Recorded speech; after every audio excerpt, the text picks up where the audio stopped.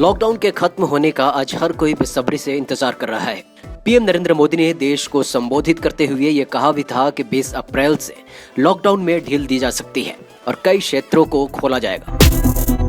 लेकिन आप या आपका क्षेत्र इसके अंतर्गत आता है या नहीं, जरा सुनिए। दरअसल सरकार ने लॉकडाउन खोलने के लिए 2 शर्तें रखी हैं। पहला, उस इलाके में कोरोना वायरस के मामले ना हो, तो दूसरा, सरकार ने और भी कई क्षेत्रों की लिस्ट तैयार की है। इन क्षेत्रों से जुड़े लोगों के लिए ही खुलेगा लॉकडाउन। केंद्रीय गृह मंत्रालय के दिशा निर्देश के मुताबिक जिन सेवाओं और गतिविधियों को छूट दी जा रही है, उनकी एक नई सूची जारी की गई है। ये छूट 20 अप्रैल से देश के उन इलाकों में लागू होगी जहां कोरोना वायरस का प्रभाव नहीं के बराबर है या जो कम प्रभावित इलाके हैं। ऐसी ही एक सूची केंद्रीय कानून और टेलीकॉम मंत्री रविशंकर प्रसाद ने ट्वीट की है। इस लिस्ट में स्वास्थ्य सेवा, कृषि, बागवानी, मत्स्य पालन और पशुपालन शामिल है। ट्वीट में केंद्रीय मंत्री रविशंकर प्रसाद ने कहा है कि कुछ मामलों में सरकार ने छूट दी है, जो सूची जारी की गई है।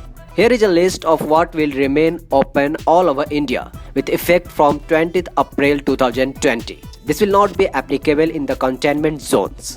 कुछ मीडिया रिपोर्ट्स की माने तो रक्षा मंत्री राजनाथ सिंह की अध्यक्षता में मंत्री समूह की एक बैठक हुई। बैठक के बाद कहा गया था कि बंद के दौरान कोई भी छूट गृह मंत्रालय द्वारा जारी गाइडलाइन के मुताबिक ही होगी, लेकिन राज्य सरकारें अपने तरीके से नियमों को सख्ती से भी लागू कर सकती है। सरकार ने ग्रामीण इलाकों में कोऑपरेटिव क्रेडिट सोसाइटी, गैर बैंकिंग वित्तीय संस्थान, पानी की सप्लाई, बिजली और संचार से जुड़ी परियोजनाओं और गतिविधियों को छूट दी है। इसके अलावा सरकार ने बांस, नारियल, सुपारी, कोको, मसालों की खेती, कटाई, प्रोसेसिंग, पैकेजिंग, फल सब्जी के ठेले, साफ सफाई का सामान बेचने वाली दुकानें, किराना और राशन की दुकानें, डेयरी और दूध बूथ, पोल्ट्री, मीट, मछली और चारा बेचने वाली दुकानें, electrician, IT repairs, plumber, motor mechanic, carpenter, courier, DTH और केबल सर्विसेज सभी को कुछ पाबंदियों के साथ परमिशन दी है।